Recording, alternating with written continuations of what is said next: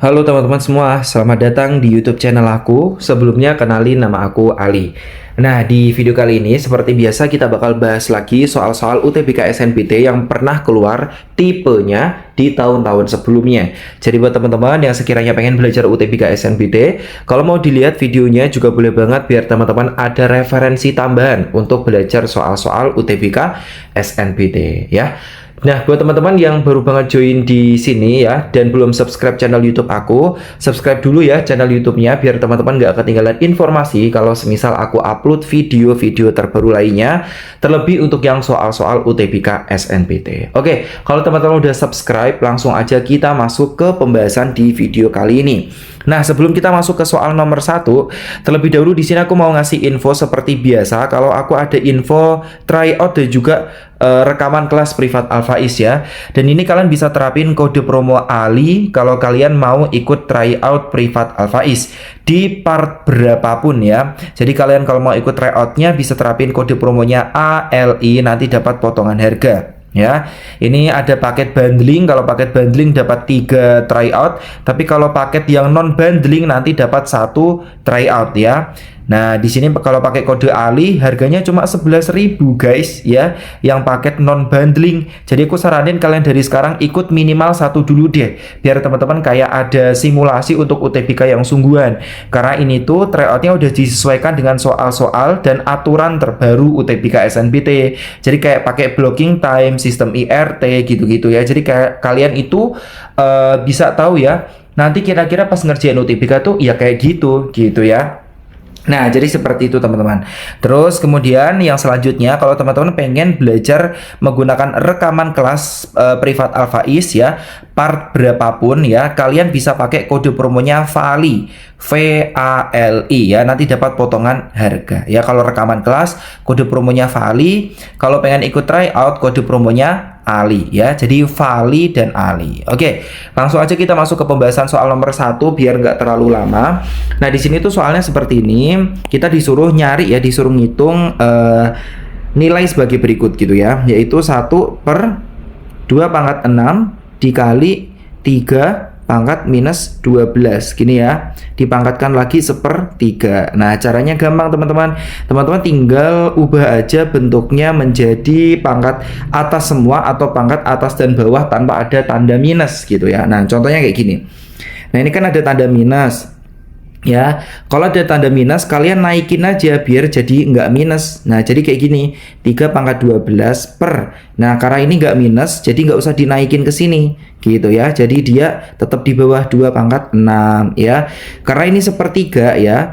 Kalau misal dia itu di sini ada pangkat dan di sini dipangkatkan lagi, berarti tinggal dikalikan gitu ya, gampang ya. Jadi kalau dikalikan 1/3 itu berapa, ini juga dikalikan 1/3 gitu ya. Jadi 3 pangkat berapa, 12 dibagi 3, 4 ya. Terus kemudian yang bawah 6 dibagi dengan 3, 2 pangkat 2 ya. Jadi 3 kali 3 itu 9, kali 3 lagi kali 3 lagi jadi 81 per 2 pangkat 2, 4. Gampang ya, jawabannya yang D.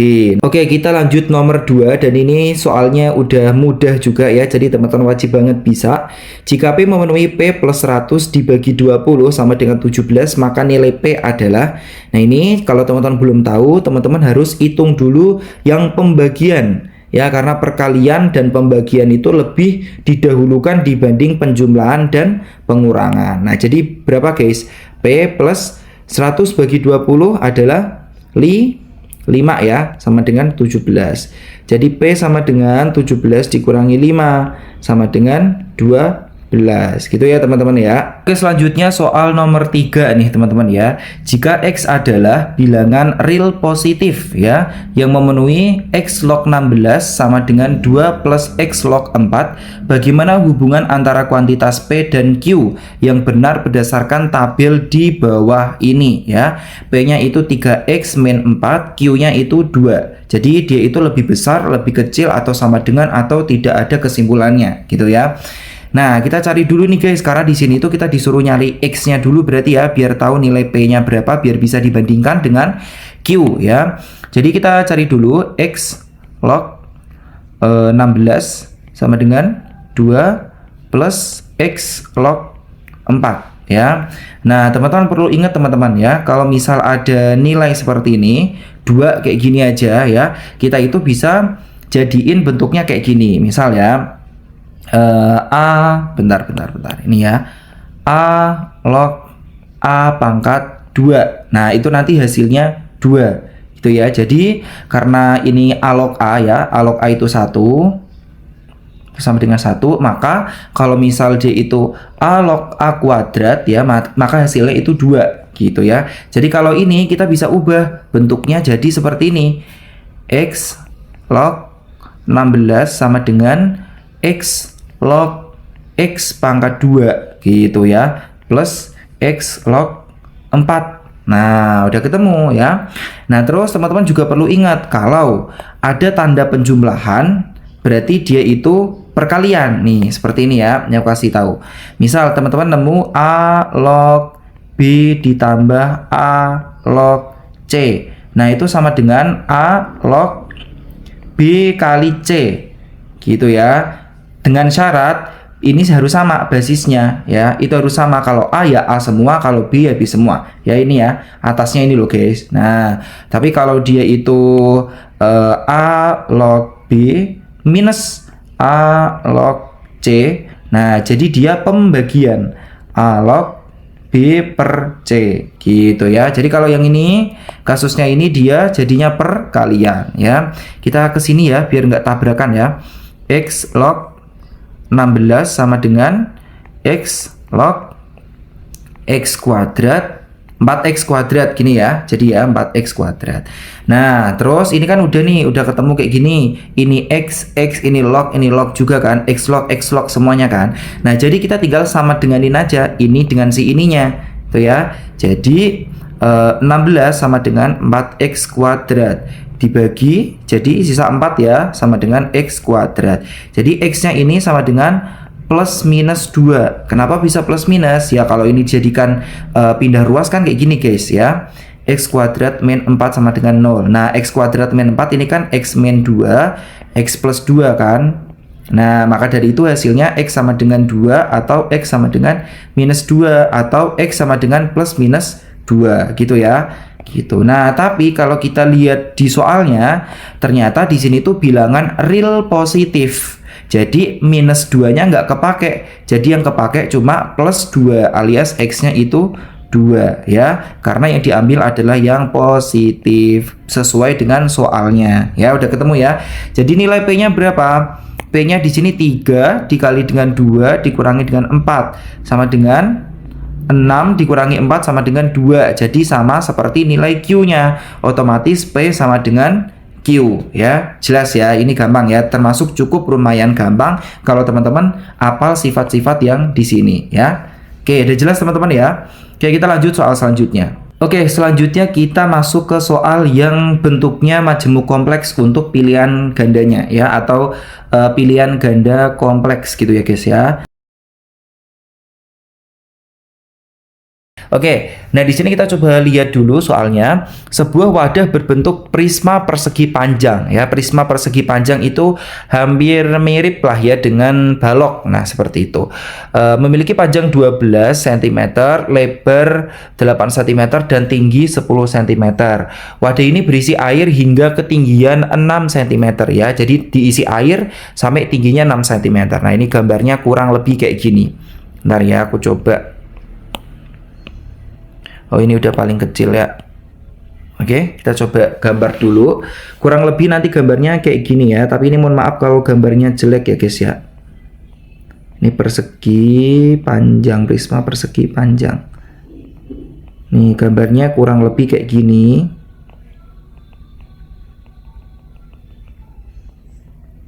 Nih, jadi dia itu hampir sama kayak balok ya. Tapi dia itu ternyata diisi air. Ya, diisi air di dalamnya. Nah, airnya itu ini kan tingginya sampai berapa tadi? 10 cm ya. Jadi tingginya ini 10 cm. Malah nggak kelihatan ya. Tingginya itu 10 cm ya. Nah, tapi ternyata dia itu diisi air sampai 6 cm aja, sampai kira-kira segini gitu ya. Tuh, airnya tuh sampai segini doang yang diisi gitu. Jadi nggak sampai penuh gitu loh. Semoga kelihatan ya. Nah ini, jadi dia itu nggak diisi sampai penuh airnya. Katakanlah ini panjangnya gitu ya 12 cm, yang ini lebarnya 8 cm gitu. Nah itu jadi kurang lebih kayak gitu. Yang ini dia 6 cm gitu ya. Terus yang ditanyain di sini yang pertama, untuk soal yang pertama, volume air dalam wadah adalah 576 cm kubik. Nah, ini benar atau salah? Nah, karena yang di sini itu ditanyain adalah volume air ya. Jadi kita ngitungnya itu sampai sini doang. Nah, ini karena airnya diisi hingga ketinggian 6 cm doang, nggak sampai pol gitu ya. Jelas ya. Nah, jadi untuk mencari volume ya itu gampang banget ya, ini nomor 1 ya. Volume tinggal luas alas dikali tinggi ya, yaitu luas alasnya ini luas alas gini ya, luas alas kali tinggi gitu volumenya. Nah luas alasnya berapa ya, panjang kali lebar, yaitu 12 kali 8. Tingginya berapa? Tingginya 6 ya. Kita pakai tingginya yang 6 cm. Kenapa? Karena kan cuma volume airnya aja, bukan volume keseluruhan prismanya gitu ya. Nah, jadi kita tinggal hitung di sini. Wait ya. 12 dikali dengan 8 berapa guys? 12 kali 8 itu 2 kali 8 6, 1 ya. 1 kali 8 96. 96 kali 6, 6 kali 6 6, 3, 9 kali 6 itu 54, 54 tambah 3 itu berarti 57 ya. Nah, ini kenapa sih? 57 gini ya. 576 cm kubik. Nah, jadi ini benar ya. Tuh, benar. Berarti jawabannya yang benar. Terus kemudian yang kedua, kita cari lagi soalnya. Ini kau hapus saja. Jika tinggi air bertambah 2 cm, volume air menjadi 768 cm kubik. Nah, jadi ditambah segini 2 cm, jadi 8 cm ya. Jadi tingginya jadi 8 cm. Oke, jadi kita tinggal hitung lagi aja. Volume sama dengan 12 kali 8 kali ya. Ini aku tulis 6 plus 2 nih kalau kalian bingung ya. Karena ini tingginya ditambah 2 cm. Jadi 12 kali 8 tadi 96, 96 kali 8 berapa guys?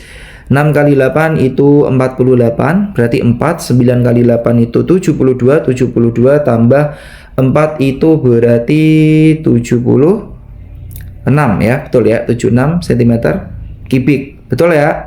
Nah, ini berarti benar ya. Terus lanjut, jika wadah dimiringkan tanpa tumpah, luas permukaan air, ini yang ketiga ya, luas permukaan air yang terlihat tetap 96 cm kubik. Nah, ini mungkin teman-teman agak bingung ya. Nih, bentar.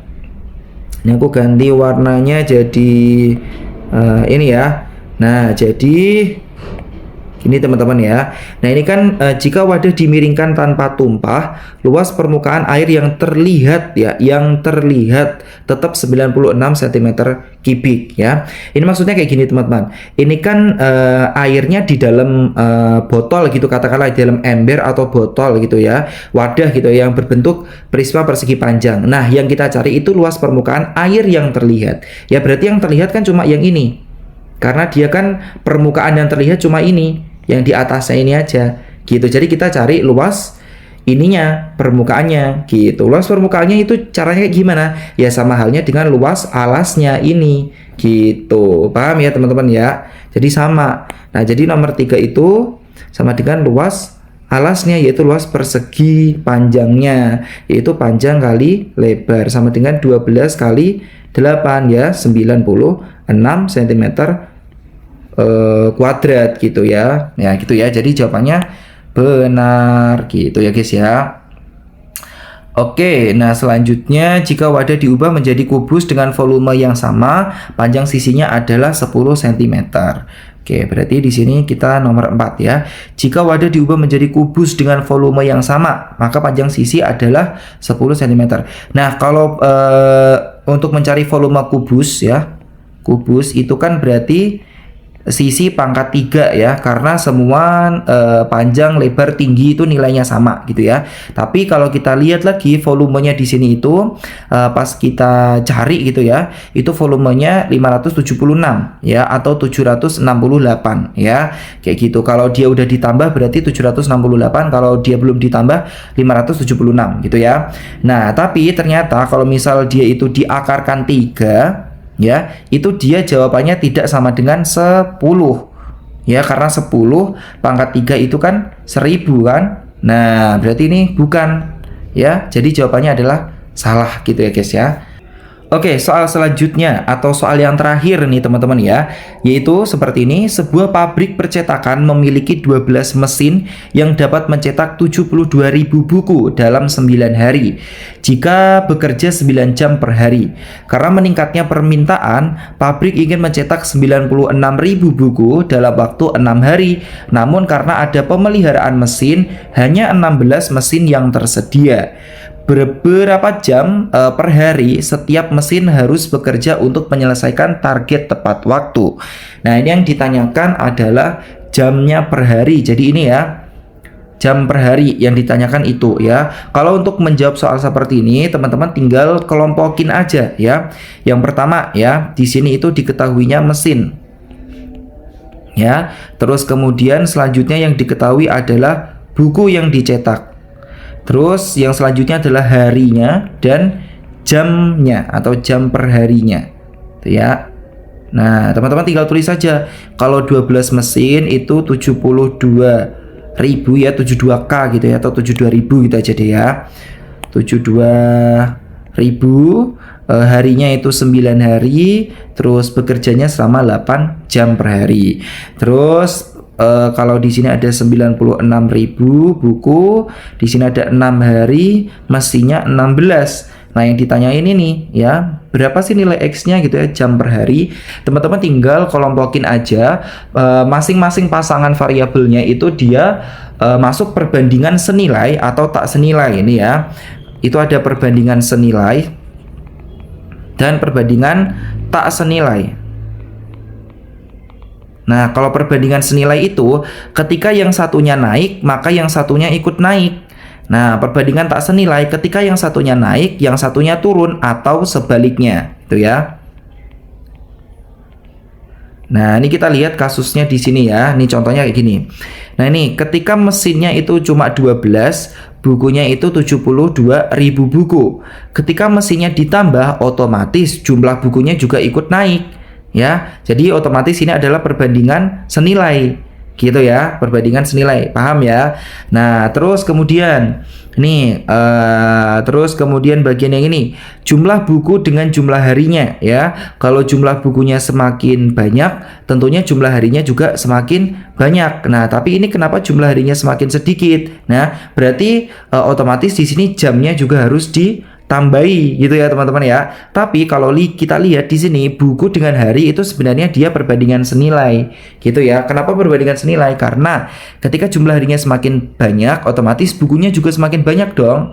Gitu ya. Kalau misal di sini kasusnya dengan jam yang sama gitu ya. Karena di sini kita lihat dari dua jenis ini dulu gitu. Kita lihat dari dua jenis ini gitu ya. Paham ya teman-teman? Ini di logika aja sebenarnya gitu ya. Nah, jadi kayak gitu teman-teman ya. Terus kemudian ini kita lanjut selanjutnya. Terus kemudian kalau jam sama harinya ya. Kalau semisal jam sama harinya ini berarti dia harus berbanding terbalik ya. Kalau misal mau harinya lebih sedikit, berarti otomatis jamnya harus lebih banyak untuk menyelesaikan pesanannya. Kalau harinya semakin banyak, otomatis jamnya juga semakin banyak maka semakin cepat. Tapi kalau semakin sedikit berarti dia nggak apa-apa gitu ya, karena harinya semakin panjang gitu loh teman-teman ya. Paham ya?